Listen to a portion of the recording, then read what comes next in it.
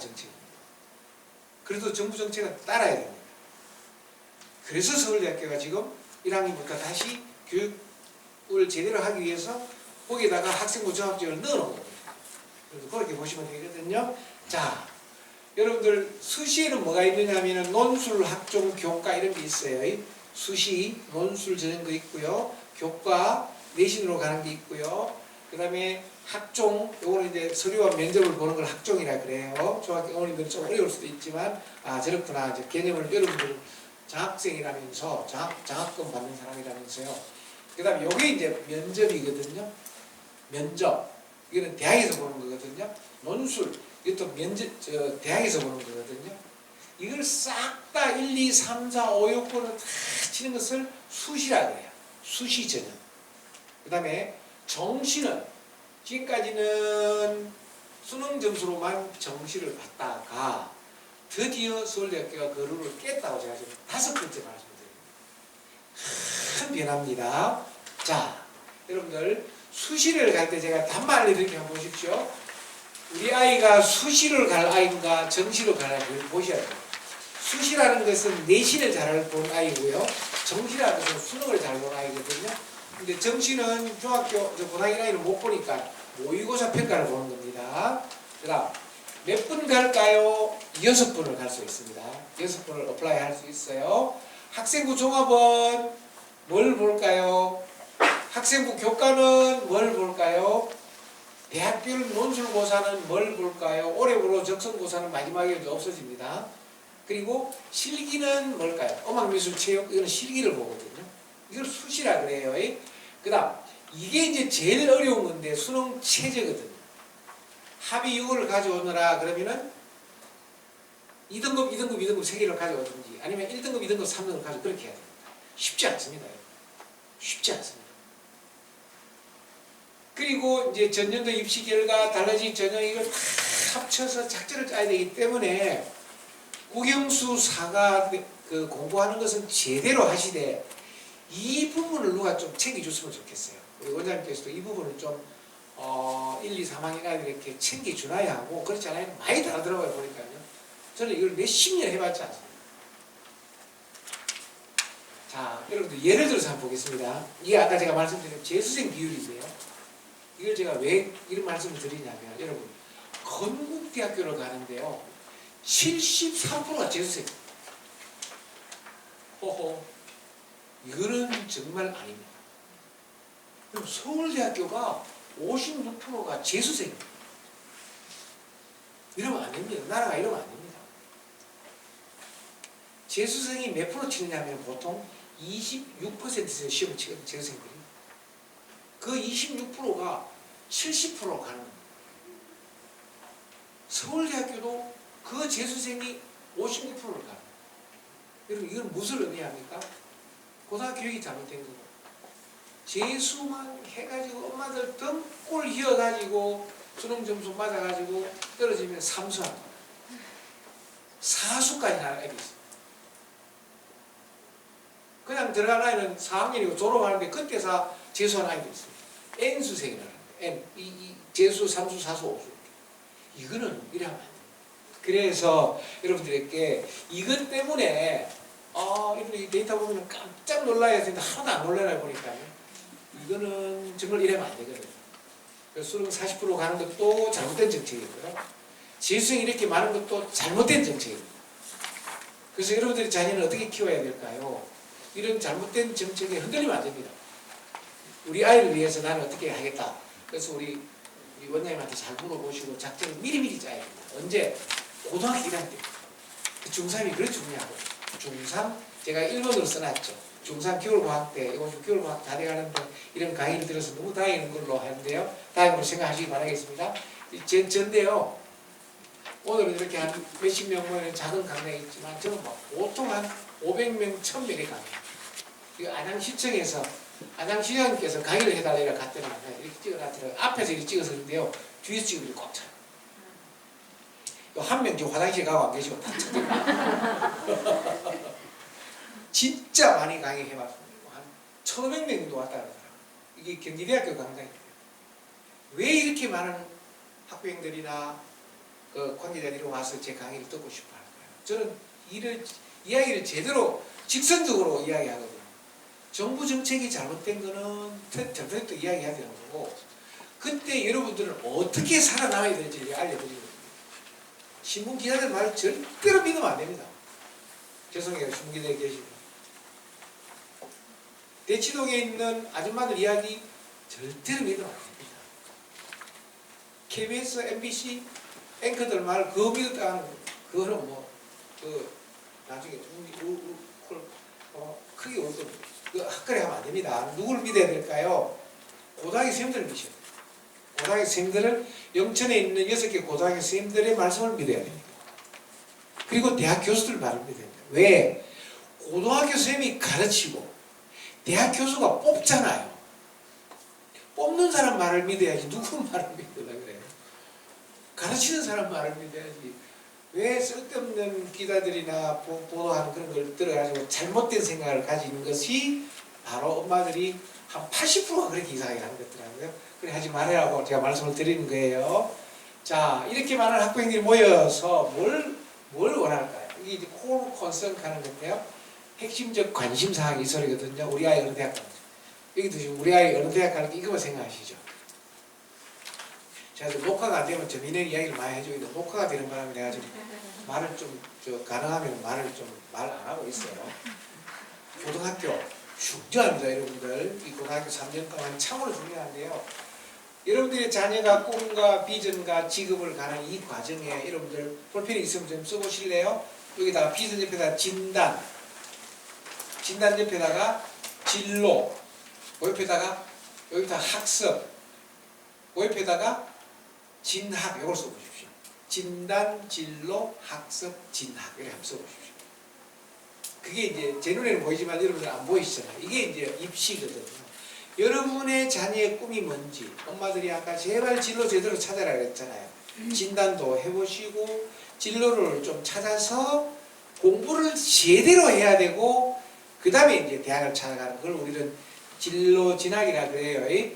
자, 그때 정책이라는 게 있습니다. 여러분 한번 보십시오. 중학교부터 보여드릴게요. 중3, 중2, 중1. 중3, 중2, 중1, 초6까지도 똑같습니다. 요렇게 여러분 박스 쳐도 됩니다. 요거는 똑같은 해입니다. 그런데요, 여러분 앞에 있는 아이들이 고1, 고2거든요. 이 아이들은 박스 하나 쳐주죠. 똑같습니다. 파란 색깔이죠. 똑같은데 딱 하나 다른 게 있죠. 수능이 40%죠. 이게 옛날에는 그런 게 없었거든요. 지금 거꾸로 정책이 가서 내가 이래 해놓은 거예요. 그 다음에 고3은 잊어버리십시오. 이제 다 끝났습니다. 고3은 더 이상 완전히 역사 속으로 사라진 학년입니다. 너무 미안한 애들입니다. 정부가 하도 정책을 왔다 갔다 하는 바람에 너무 미안한데 어른들로서요.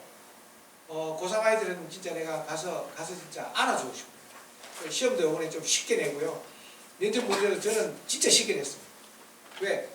그렇게 어른들이 잘못해가지고 아이들 고생시켜놓으면 코로나까지 또 와가지고 또 아이를 애를 미고 이래가지고 너무 미안해서 야 좀 시험을 쉽게 내자 이래가지고 면접도 좀 쉽게 내고 있습니다. 저는 지금 내일 영천에서 올라가자마자 12시간 근무해야 합니다.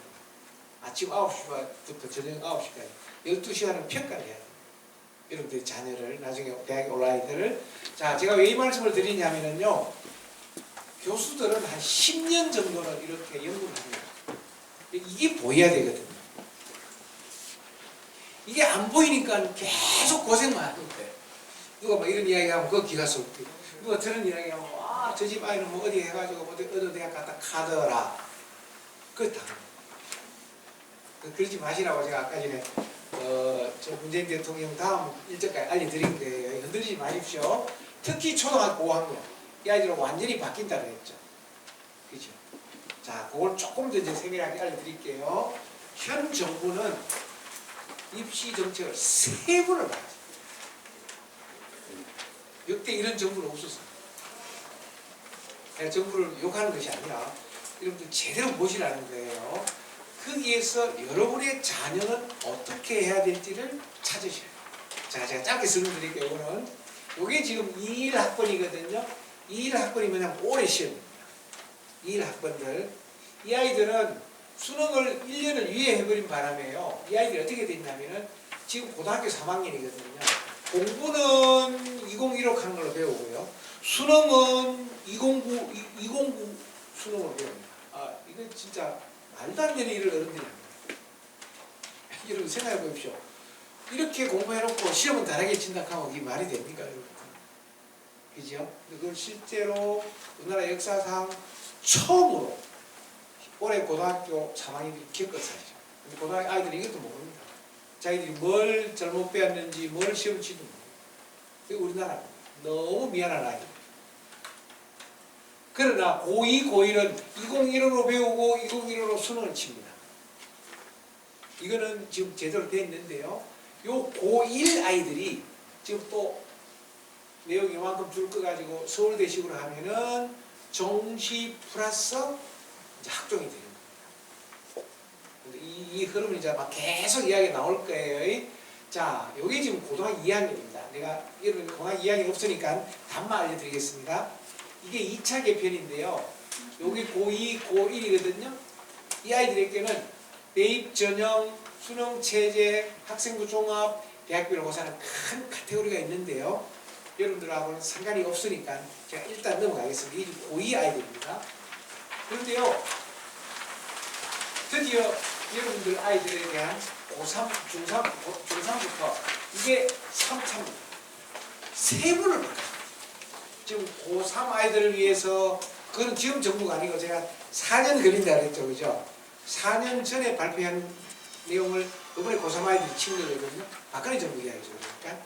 그 다음 2차 계획 때는 현재 고2, 고1 아이들을 위한 계획입니다.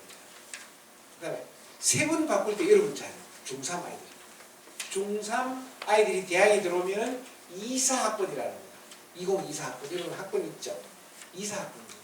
이 학번은 다른 건 이렇게 넘어갑니다. 여기 40% 이런 게 나오는데요. 자, 제가 그래서 이제 도표를 가서 여러분들이 이거 보고 있습니다. 앞에는 잊어버리십시오. 이렇게 여러분들의 자녀는 이렇게 안 합니다. 그러니까 여러분의 자녀는 중3이기 때문에 이걸 보셔야 돼요. 싹 다 폐지한다. 학생부를 폐지한다. 그럼 싹 폐지하면 우리는 뭘 봐야 될까요? 대학에서는 볼 게 아무것도 없겠죠. 그러나 폐지가 아닙니다.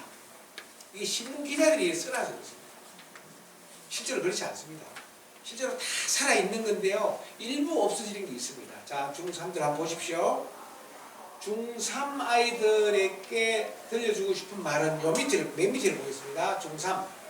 중3부터 중2, 중1, 초유까지는 어떤 변화가 있느냐. 맨 밑에 보십시오. 소논문은 쓰면 안 됩니다. 소논문 쓰면 안 됩니다. 대입을 미반영이라는 게 있고요. 대입을 미기재라는 게 있습니다. 이걸 잘 보셔야 됩니다, 여러분들.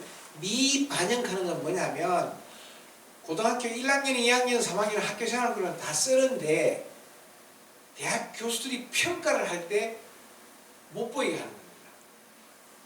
자, 다시 말씀드릴게요. 고등학교 1학년, 2학년, 3학년 내용은 다 써야 됩니다. 쓰는데 대학에 올라올 때 대학 교수들이 못 보게 하는 겁니다. 평가할 때. 왜? 하도 말이 많으니까. 오늘 뭐 정경심 교수가 뭐 몇 년을 받고 사는 거 나오는데 저는 뭐 저희들 신경을 쓰지 않습니다. 그런데요, 중요한 것은 여러분들의 자녀가 학교 생활 기록부에 있어서 여기 이제 자동봉진이거든요. 이런 것들을 싹 다 폐지하는 것만 알고 있어도 여러분들 아마 신문 보고 아닙니다, 여러분. 그러면 나중에 이제 애먹습니다.